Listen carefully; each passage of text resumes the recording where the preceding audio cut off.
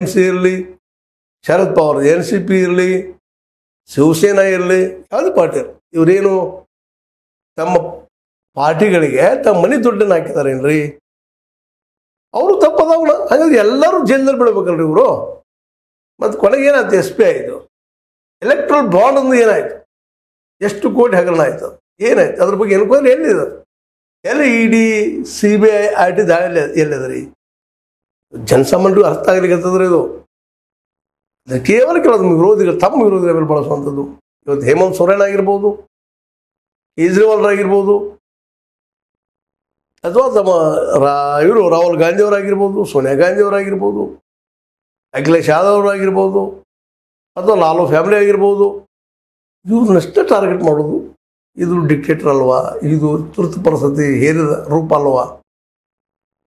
ಆಯಿತು, ಹೌದು, ಲಾಲು ಪ್ರಸಾದ್ ಯಾದವ್ ಅವರ ಒಂದೇನು ಆ ಗ್ರಾಸ್ ಅಥವಾ ಒಂದು ಮೇವಿನ ಹಗರಣಿತ್ತು, ದೊಡ್ಡದಂತ ಹೊಳ್ತಿದ್ವಿ. ಇವತ್ತು ಅದಕ್ಕೆ ಎಷ್ಟು ದೊಡ್ಡ ಹಗರಣಗಳಾಗಿತ್ತು.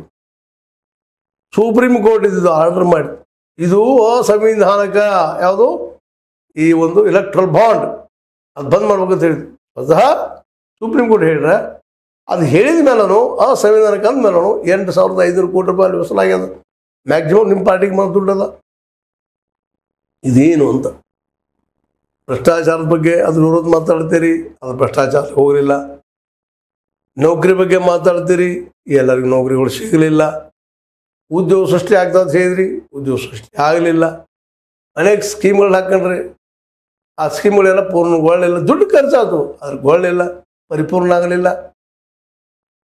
ಇವೆಲ್ಲನೂ ನಾವು ಸೂಕ್ಷ್ಮ ಅಭ್ಯಾಸ ಮಾಡಿ ನೋಡಿದಾಗ ಇವತ್ತು ನೀವು ತುರ್ತು ಪರಿಸ್ಥಿತಿ ಬಗ್ಗೆ ಮಾತಾಡ್ತಾ ಇದ್ದೀರಿ. ಕಾರಣ ಇಷ್ಟ, ಇವತ್ತು ನಿಮ್ಮ ಎದುರಾಳಿಗಳು ವಿರೋಧ ಪಕ್ಷಗಳು ಸಂವಿಧಾನದ ಬದಲಾಗಿ ಸಂವಿಧಾನ ಮುಂದೆ ಹೋರಾಟ ಮಾಡಿದ್ರು. ಅದ್ರ ಮೂಲಕ ಇವತ್ತು ಅವರೊಂದು ದೊಡ್ಡ ವಿರೋಧ ಪಕ್ಷ ನಿಮ್ಮ ಎದುರು ನಿಂತಿದ್ದಾರೆ. ಸಂವಿಧಾನ ಹಾಳಾಗ್ಲಿಕ್ಕೆ ಡಿಕ್ಟೇಟರ್ ಆಗ್ತಾ ಇದ್ದಾರೆ.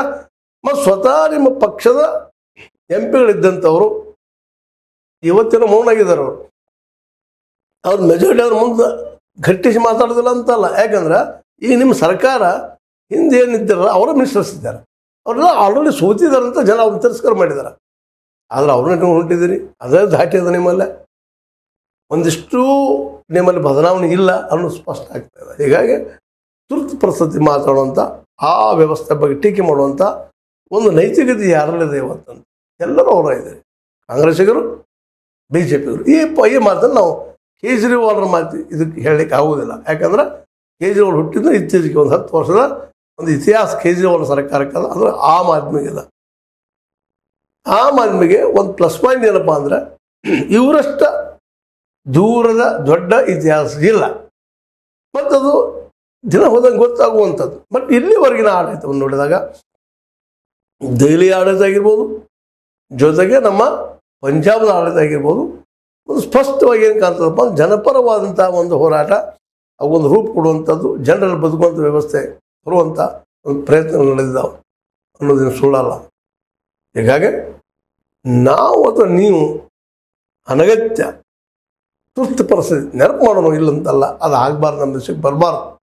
ಯಾರೋ ಮಾಡಿದವರು, ಇವತ್ತು ಮೋದಿಯವರು ಮಾಡಿರಲಿ, ಅವ್ರಂತ ಮಾಡಿಲ್ಲ, ಅದು ಇಂಡೈರೆಕ್ಟ್ ನಮ್ಮ ಡಿಕ್ಟೇಟರ್ಶಿಪ್, ಅದು ಇಂಡೈರೆಕ್ಟ್ ನಮ್ಮಲ್ಲ ತುರ್ತು ಪರಿಸ್ಥಿತಿ ಅದ ಅನ್ನೋದಕ್ಕೆ ಇವು ಸಾಕ್ಷಿಗಳಿದ್ದಾವೆ.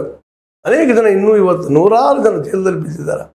ಲೇಖಕರು, ಕಲಾಕಾರರು, ಪ್ರಗತಿಪರ ವಿಚಾರಧಾರೆ ಜನರು, ಕೋರೆಗಾಂವ್ ಮೂವ್ಮೆಂಟ್ದಲ್ಲಿ ಇದ್ದಂಥವರು, ಇವನ್ನೆಲ್ಲರೂ ಇವತ್ತು ನಾವು UAP ಅಂಡರ್ದೊಳಗೋ, ಮತ್ತಾವು ಕೇಸ್ನೊಳಗೋ, CBI ಒಳಗೋ, IT ಒಳಗೋ, ED ಒಳಗೋ ಬಂಧಿಸಿ ಹೋಗಿದ್ದೀವಿ. ಆದರೂ ನಾವು ಇವತ್ತು ತುರ್ತು ಪರಿಸ್ಥಿತಿ